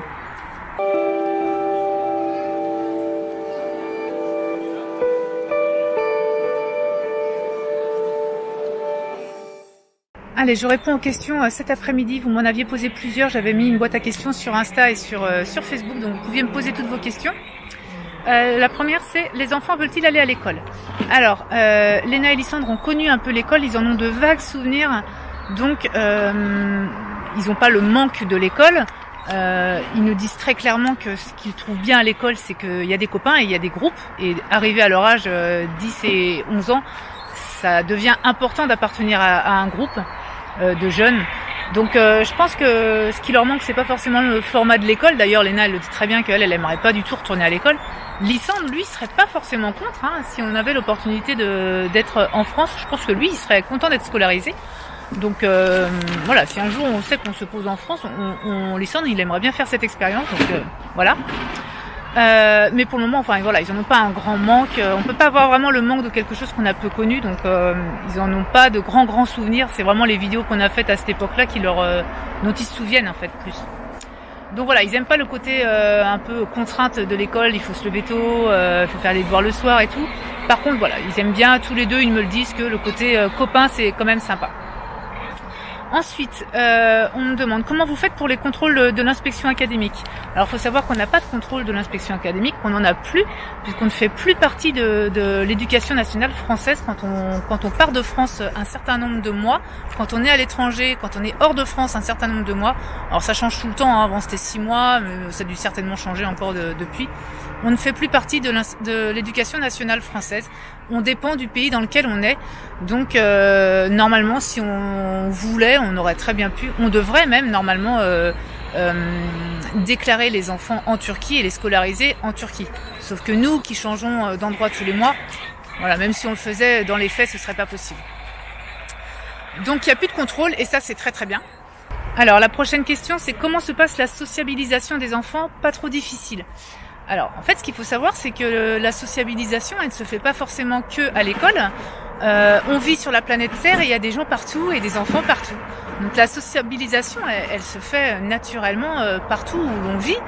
Pas forcément, il n'y a pas que l'école qui permet ça. Au contraire, je dirais, parce que en unschooling, mais même en instruction en famille classique, les enfants sont amenés à côtoyer des enfants de différents âges. Ils sont pas catégorisés dans une seule tranche d'âge. À l'école, au sport, ils sont souvent dans les mêmes tranches d'âge. Lysandre, il sera en CM2, il sera avec les CM2, et Léna, elle sera en 6e, elle serait avec ses classes de 6e, donc 11-12 ans. Si elle allait dans un club de danse, Léna, j'imagine qu'elle serait avec des filles du même âge, plus ou moins en tout cas. Donc ici, ce qu'il y a d'intéressant et ce que je trouve vraiment très très bien, c'est qu'ils sont amenés à rencontrer des enfants de tout âge et à s'intégrer avec des enfants de tout âge, de toute culture, que ce soit des Turcs. Ici, il y a beaucoup de Russes, ils sont amusés avec une petite Russe hier. Voilà, ça leur permet aussi de développer des valeurs qui pour nous sont très importantes, c'est-à-dire la solidarité quand il y a des plus petits, de faire attention, mais aussi d'être curieux et d'oser aller vers les plus grands. Ils peuvent même éventuellement, et c'est souvent le cas, demander des conseils à des adultes, demander ce qu'ils font, comment ils le font. Voilà, la sociabilisation, elle passe pas que par l'école. On n'est pas juste en apprentissage vertical du maître vers l'élève, mais ici on est plutôt dans un apprentissage de plus grand, avec des plus petits, avec des adultes. Enfin voilà, il y a vraiment, on s'enrichit de tout le monde. Et je trouve ça intéressant. Donc non, il n'y a aucun problème. Ils savent très très bien s'intégrer avec d'autres personnes, adultes comme enfants. Alors ensuite, comment organisez-vous le unschooling? On l'organise pas, le unschooling. C'est pas quelque chose qui s'organise. On écoute ce que nous disent les enfants. Le unschooling, il n'y a pas qu'une seule façon de le faire. Et c'est pas parce que c'est appelé unschooling qu'il n'y a pas du tout de formel, je le répète. Lysandre adore faire des petits exercices sur papier. Il adore qu'on lui imprime des choses. Donc c'est très souvent qu'on imprime des exercices pour Lysandre. Il a besoin de ça, il a besoin de savoir, de faire des petites croix pour noter si c'est bon, de se faire des petites appréciations à côté, ou moi que je lui en fasse, ça lui fait plaisir. C'est comme ça qu'il fonctionne, je respecte, et c'est ok. Nous, on n'est pas des fans de formel, mais encore une fois, on fait ce qu'il nous demande et ce qu'il a envie. Maman, aujourd'hui, d'ailleurs tout seul, il a trouvé un site de dictée et il se fait des dictées tout seul. Donc voilà, ça montre qu'il est dans cet esprit où il aime bien qu'on lui dise, on le challenge en fait. Allez, faut que tu fasses ça, est-ce que tu vas y arriver? Et voilà, lui ça le rassure parce que vu qu'il y arrive, c'est aussi assez confortable. Léna, elle a horreur de ça parce qu'elle justement, ça la met face à ses difficultés. Donc c'est trop peu pour elle quoi. Elle en fait parce que son frère en fait. Jonah va ressembler à son frère, je pense. Il aime bien les petits papiers, il aime bien qu'on lui fasse des petits exercices. Tant que c'est facile, lui, tant qu'il y arrive, ça lui va bien. Donc voilà, ils sont tous différents. Donc le unschooling, c'est pas, il n'y a pas un seul unschooling. Ça ne s'organise pas puisqu'on peut pas savoir ce qu'ils vont nous demander, ce qu'ils vont avoir envie de faire, quels seront leurs intérêts du moment. Mais voilà, faut s'adapter. Faut vraiment s'adapter. J'avais une autre question. Comment feront-ils plus tard pour avoir des diplômes? Ça aussi, c'est une question qu'on nous pose très très fréquemment. Les enfants, vous savez, on peut tout à fait passer des diplômes en candidat libre, ça c'est sûr. Et c'est pas parce qu'ils ont lâché le cursus scolaire à un moment qu'ils ne pourront pas le réintégrer plus tard. Peu importe ce qu'ils ont envie de faire. Si Léna, elle a envie de faire coiffeuse, par exemple, elle fera un cursus de coiffeuse. On l'incitera à passer le diplôme qu'il faut pour être coiffeuse. S'ils veulent être médecin, ce sera la même chose. Ils sauront qu'il faudra reprendre des études longues et ils se mettront en condition. Ils feront ce qu'il faut, les efforts nécessaires pour soit rattraper leurs lacunes, soit continuer d'évoluer dans un cursus standard si c'est nécessaire. Voilà, les enfants, quand ils ont un objectif en tête, en grandissant, ils savent mettre les moyens pour arriver à leur fin. Après, je dis pas qu'ils y arriveront forcément, mais c'est pas parce qu'on n'est pas à l'école pendant 5 ou 10 ans que forcément ils auront jamais de diplôme de leur vie. Une autre question, comment a réagi votre entourage? L'a-t-il compris? A-t-il compris votre choix? Alors bon, on lui a pas trop laissé le choix, notre entourage, mais c'était une décision qui nous appartenait à nous 5. Nous, du moment que les enfants sont bien, du moment qu'ils sont heureux, c'était le plus important pour nous.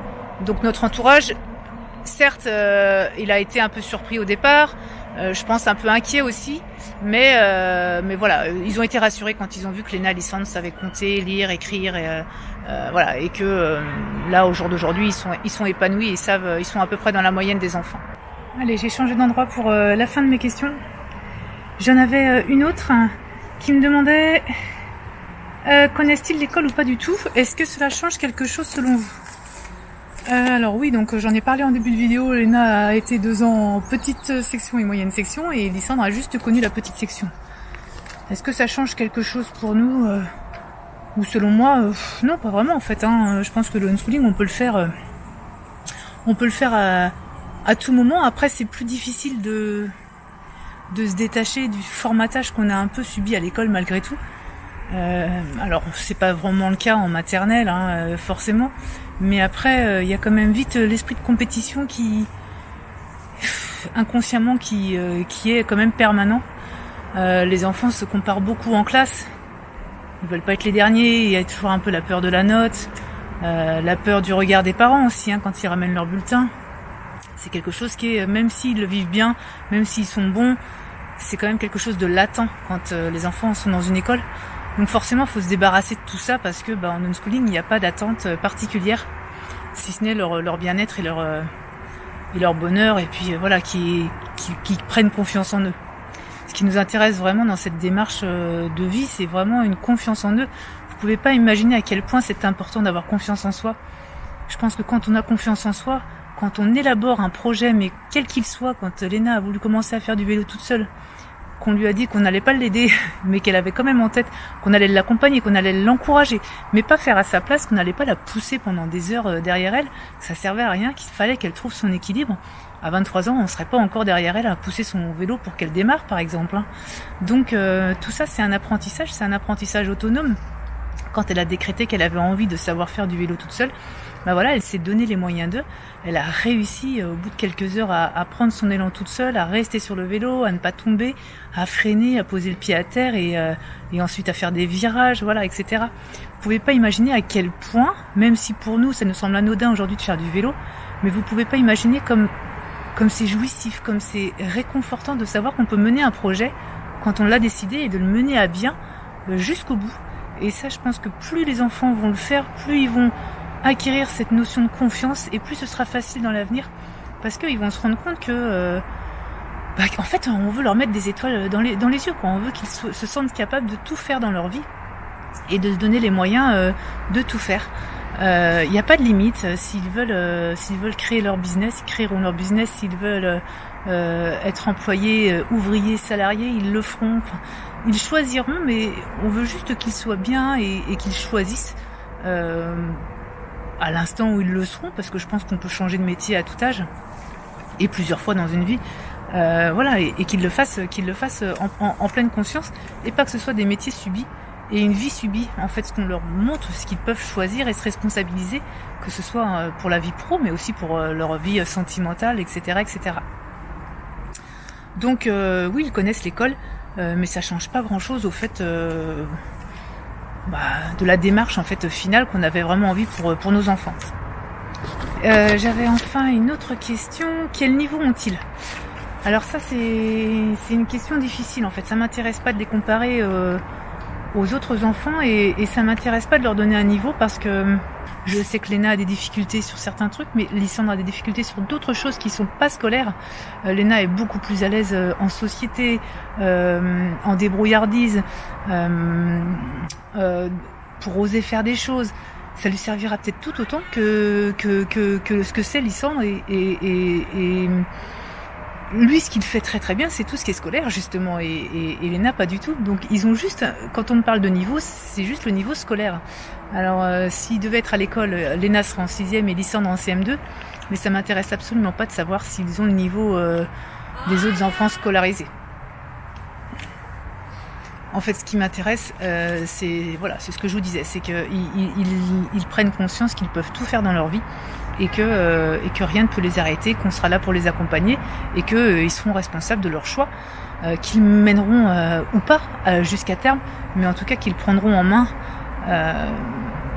avec notre aide évidemment, avec tout ce qu'on pourra leur apporter comme conseil, etc. Mais qu'on ne fera pas à leur place. Et que leur vie, c'est bien eux qui la prendront en main seuls aussi à un moment donné.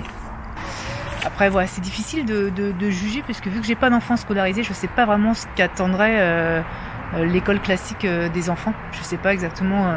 Alors, je vois bien des fois, mes amis, elles me montrent les exercices qu'ils ont à faire, mais pour moi, la plupart, ça a tellement pas de sens que ça m'intéresse pas qu'ils fassent ça, quoi, en fait. Juste pour eux, la plupart des choses qu'on apprend à l'école ne sont pas utiles dans la vie de tous les jours. Donc voilà, je m'en fiche du niveau scolaire en tout cas. Par contre, leurs valeurs, leur morale, leur sens de la critique, leur curiosité, ça m'importe qu'ils le développent tout ça au fur et à mesure des années, et c'est ce qu'ils font quand on est en voyage, je pense et j'espère en tout cas. Et enfin, la dernière question, c'était comment s'assurer d'une progression en orthographe, par exemple. Bon, on le voit en fait, on le voit parce qu'ils écrivent à leurs copains, leurs copines, on le voit parce que dans les magasins, quand ils ont un calcul à faire, quand on va boire un coup dans un café, c'est le calcul mental, on voit s'il est rapide ou pas. Si on a une note et puis qu'on a une remise, ils vont faire le calcul de tête. Je vois bien s'ils vont être rapides, s'ils y arrivent pas. Les fractions, c'est la même chose. On est toujours amené à parler. Par exemple pour faire des pâtes, tu le remplis la casserole aux 3/4. Bon, les 3/4, est-ce qu'elle va comprendre, est-ce qu'elle capte? Enfin, est-ce qu'ils captent? Voilà, en fait, dans la vie de tous les jours, on se rend compte de ce qu'on a besoin d'expliquer ou pas. Les fractions, je sais que ça fait pas longtemps qu'on les a expliquées, alors que bon, bah, certainement que à l'école, c'est expliqué depuis bien longtemps. Alors les fractions simples, on les avait vues il y a longtemps, hein. Forcément un gâteau qu'on divise, ok, c'est 4 bonbons qu'on divise en 4 enfants, ça ils ont bien compris, hein. Mais pour autant, avec les dénominateurs, les numérateurs et tout ça, bon, voilà, on l'a vu rapidement. Est-ce qu'ils s'en serviront dans la vie de tous les jours? J'en suis pas sûre. Mais bon, on leur a expliqué en tout cas, on leur a expliqué. Après, si ils en voient pas d'intérêt, ils vont pas retenir, hein. Dans un mois ils auront pas retenu. C'est pas grave, peu importe. Donc voilà, je pense que j'ai répondu à peu près à toutes les questions. Ah si, j'avais une autre question. Est-ce que vous connaissez d'autres familles en unschooling? Alors je connais... Non, en fait, on connaît pas énormément. On connaît beaucoup de familles nomades. Il y a ma tribu en vadrouille qui est en unschooling. Mais on connaît pas énormément de familles qui sont en unschooling total. En fait, le unschooling, il y a tellement de façons de faire du unschooling. Il y en a certains qui mettent un peu de formel, comme nous avec Lysandre. Et puis d'autres qui font vraiment aucun papier. Donc voilà, il y a 1000 façons de faire du unschooling. Donc... pour moi, le unschooling total, j'en connais pas, qui font du unschooling total. Mais qui font de l'IEF, oui, on en connaît beaucoup. On a beaucoup de familles nomades autour de nous, donc forcément, on en connaît un petit peu. Il y a une autre réflexion que j'ai eue il y a pas très longtemps et ça m'a fait un petit peu sourire. Parce que je montrais beaucoup Léna le mois dernier qui était en train de cajoler les chats qu'on avait. C'est vrai qu'on avait une dizaine de chats autour de la maison. Et beaucoup de chatons, donc forcément Léna qui aime beaucoup les animaux, elle était à fond avec les chats. Et on m'a dit mais Léna elle passe ses journées à cajoler les chats, est-ce qu'elle fait autre chose? Et en fait je lui dis bah pour le moment non, mais bon en même temps pourquoi est-ce que prendre soin des animaux, pourquoi est-ce que enrichir son lien avec les animaux, notamment avec ses chats, serait moins intéressant que faire une recherche sur je sais pas moi, sur l'astronomie. Pourquoi est-ce que plus tard elle ne pourra pas peut-être si ça se trouve se nourrir de tout ce qu'elle a appris avec les animaux, avec leur rapport, avec leur comportement, avec leur façon de jouer, leur façon de manger, leur comportement entre eux, leur rivalité, leur lien affectif. Pourquoi est-ce qu'elle n'apprendrait pas de ça? Si elle cajole juste les chatons, elle fait bien plus que cajoler des chatons. Elle comprend le chat, elle comprend le félin, elle comprend l'instinct animal, elle comprend la relation qu'ils ont entre eux, elle comprend comment ils fonctionnent dans leur bande, dans leur groupe. Et ça, c'est tout aussi intéressant en fait que d'apprendre sur un sujet autre. Peut-être que plus tard, elle va créer, j'en sais rien, je dis une bêtise, mais peut-être que plus tard, elle va créer une association et puis elle prendra des animaux en refuge et puis elle excellera dans son domaine parce qu'elle comprendra les animaux. Pourquoi en ça ce serait moins bien que si elle avait un doctorat en astronomie? Du moment qu'elle est heureuse, du moment qu'elle fait ce qui lui plaît et qu'elle est bien dans sa peau, moi je n'ai au contraire, je lui dis développe tes capacités, apprends à les connaître, enrichis-toi de ces moments-là et va au bout de ta passion. Si elle a adoré ce mois avec ses chatons, bah tant mieux, c'est tout bénef. Donc non, là je pense pas qu'il faille que ce soit toujours des sujets très concrets parce que même le moindre passe-temps peut amener à des très belles ouvertures pour la suite. Si un jour elle a envie de créer quelque chose autour de l'animal et du chat, et bah peut-être qu'elle excellera dans ce domaine et je l'encouragerai. Donc voilà, pour moi c'est pas du temps perdu tout ça. C'est du temps où elle continue de comprendre ce qu'elle aime, notamment le chat en l'occurrence, et pourquoi pas de peut-être un jour en faire quelque chose ou pas. Peut-être que là ce mois-ci on n'a pas vraiment de chat autour de nous. Peut-être que voilà, elle va trouver autre chose, mais en tout cas ça restera dans une partie d'elle-même, dans ce qu'elle connaît, dans ce qu'elle aura expérimenté. Et voilà, peut-être que plus tard ça ressurgira ou pas. Mais c'est jamais du temps perdu en fait. Toutes ces expériences sont encore une fois bonnes à prendre. Alors, une des questions, c'était si vos enfants ont envie de jouer aux jeux vidéo toute la journée, qu'est-ce que vous dites? Alors, je suis pas une fan de jeux vidéo et d'écran en général, en fait. Hein. L'écran, pour moi, s'il est regardé bêtement, sans réflexion, s'il n'y a pas d'intérêt derrière, ça apporte pas grand-chose. Par contre, l'écran en mode actif, je suis plutôt pour. Enfin, je suis plutôt pour. Tout en limitant la durée, bien évidemment. Mais dès que c'est pour s'enrichir, dès que c'est pour faire une recherche sur un sujet qui les intéresse, que ce soit comment faire des avions en papier ou une recette de cuisine ou s'intéresser sur un chanteur en particulier. Là, je vous disais que Lissandre était pas mal dessus en ce moment. Si c'est pour s'intéresser à un sujet, on a fait pas mal on a regardé pas mal de vidéos sur les tsunamis, sur les séismes, sur plein de choses en fait. Hein. Tout est intéressant, donc tant que ça reste un support, pourquoi pas. On peut se regarder des films aussi qui amènent beaucoup de questions. Je me souviens que Lissandre était tombée sur un épisode d'Ozark quand Christophe le regardait.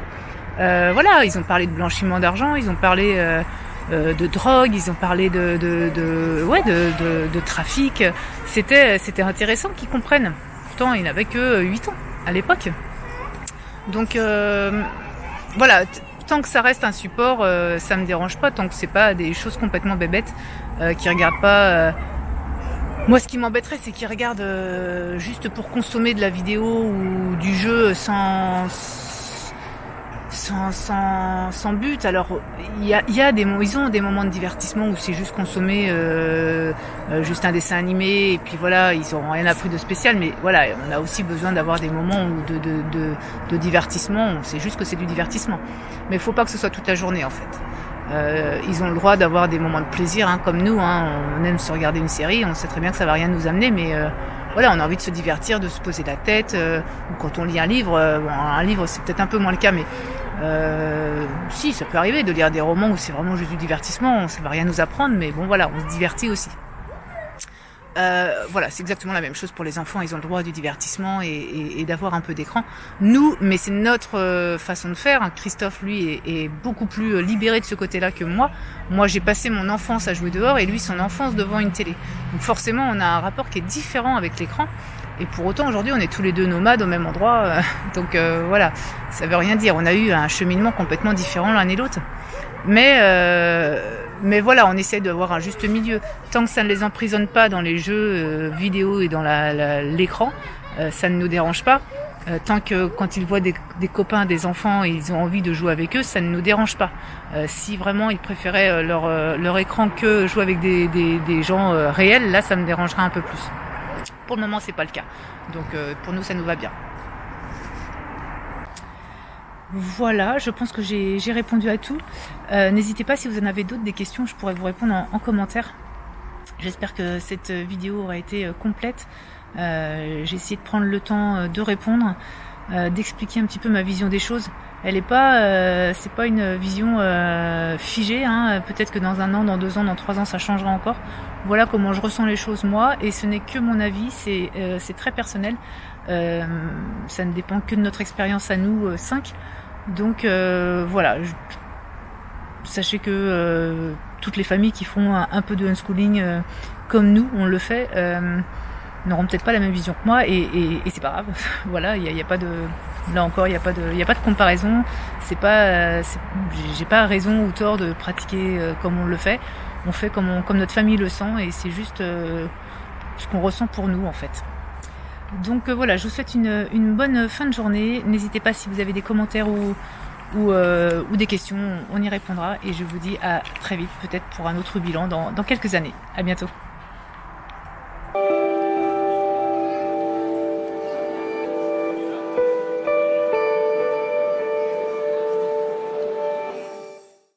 Alors l'école. Alors l'école, c'est... L'école classique. J'aime pas, déjà. Et toi? Moi j'aime bien quand on est en France et qu'il y a des copains. Sinon tout seul, Et toi, Jonah, l'école, t'aimerais bien?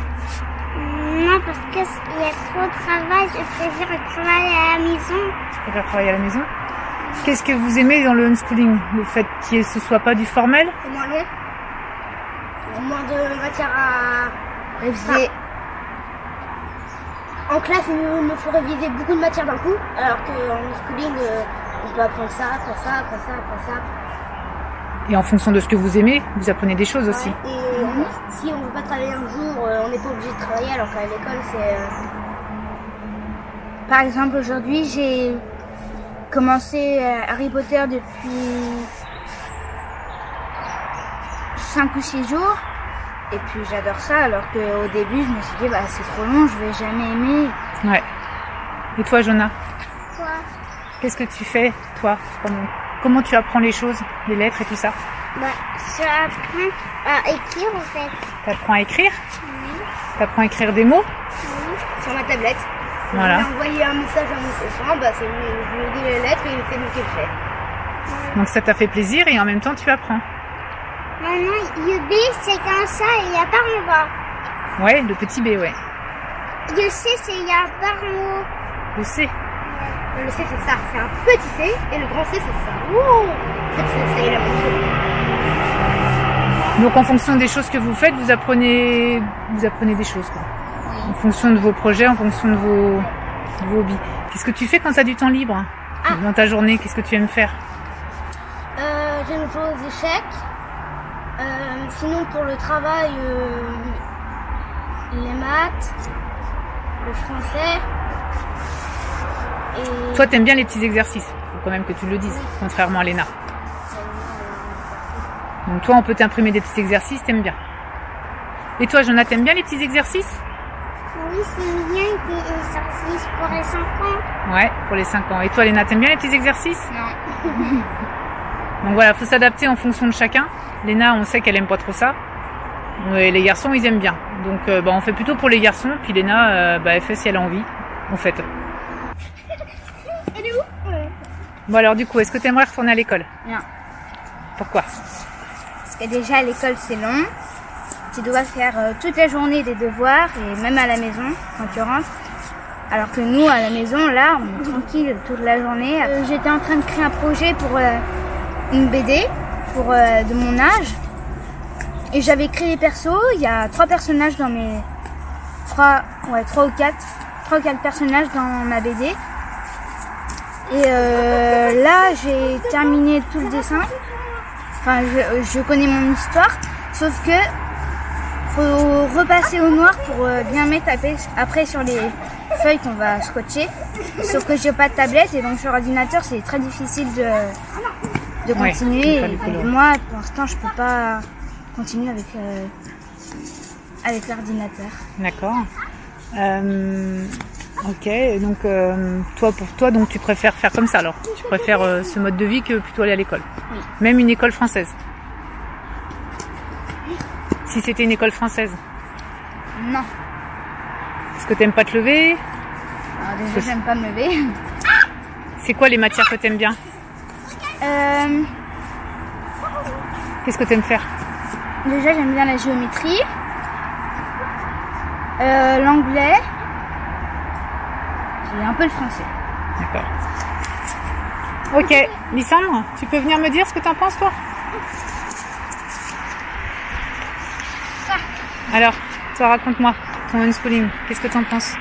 Ce que j'en pense déjà, c'est qu'on travaille moins à l'école. Moins à l'école? Plus à l'école. Ah oui, parce que dis donc, là, je sais pas. On travaille plus à l'école mais le problème, c'est qu'on n'a pas de copains à l'école. J'aime bien les copains. Ouais. J'aime bien les copains. Après, si on me donne une école en turc, j'aime pas apprendre les langues que je connais pas. Ouais, mais là, tu en as des copains, ici, même si c'est pas l'école. Ouais. J'en ai pas. Bah, en fait, on les change, quoi, mais... Oui, voilà. Ouais, c'est ça qui te Ça manque. m'embête. Et qu'est-ce que tu aimes faire, toi, comme matière? Comme matière, ça veut dire... Qu'est-ce que tu aimes travailler? Qu'est-ce que tu aimes faire comme projet? Les maths, le français. Et comme projet, j'en ai fait un il y a pas longtemps qui correspond à Michael Jackson. Ouais, mais ça, j'en ai parlé. Et puis, le livre aussi, Zuba, là, t'es encore dessus. Ouais. D'accord. Je le serai tout le temps. Donc, c'est quoi, raconte? Le livre de Zuba, c'est... en fait, je dis tout ce qu'il y a dans le Zuba. Tout ce qu'il y a dans Zuba. Zuba, c'est quoi? Zuba, c'est un jeu vidéo, donc je suis accro, comme moi, voir héros. D'accord. Et donc, je raconte tout ce qu'il y a, la boutique, les persos, les ligues. Je raconte tout. Et quand il y a un nouveau perso, par exemple, je le rajoute sur le truc. Quand il y a une nouvelle ligue, je le rajoute sur le livre. D'accord.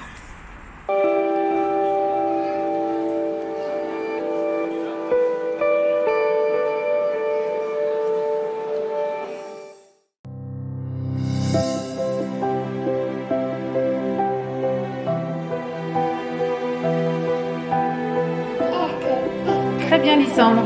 Tu rajoutes? C'est un peu plus gros qu'une mouche. On dirait une abeille.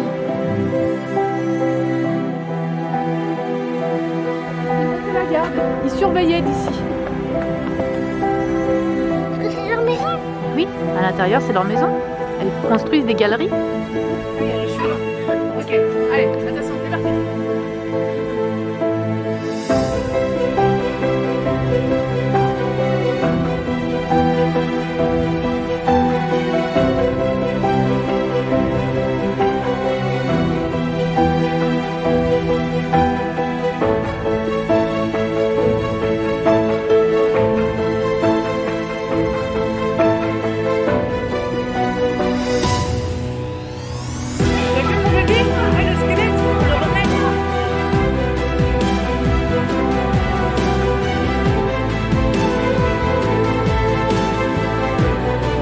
Dans la coiffe, il y a le satellite pour prendre des photos des planètes.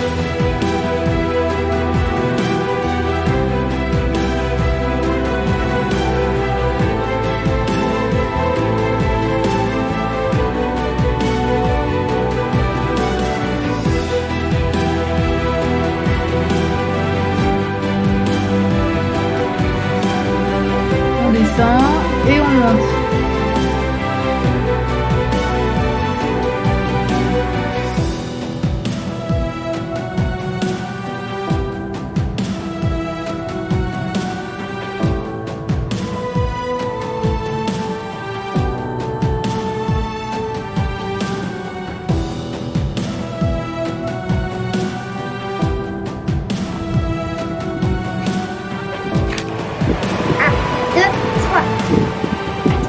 Sinon, 3 plus 6.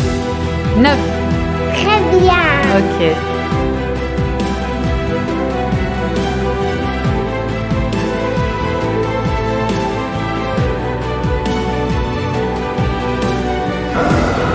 Elle est plus gros que nous.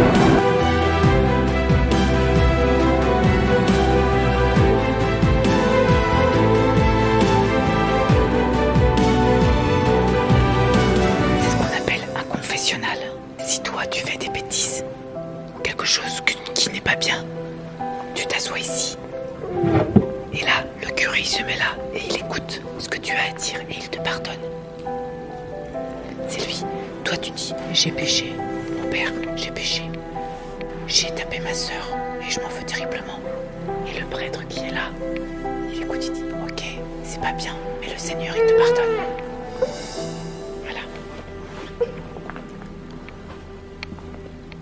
Quelque chose à confesser.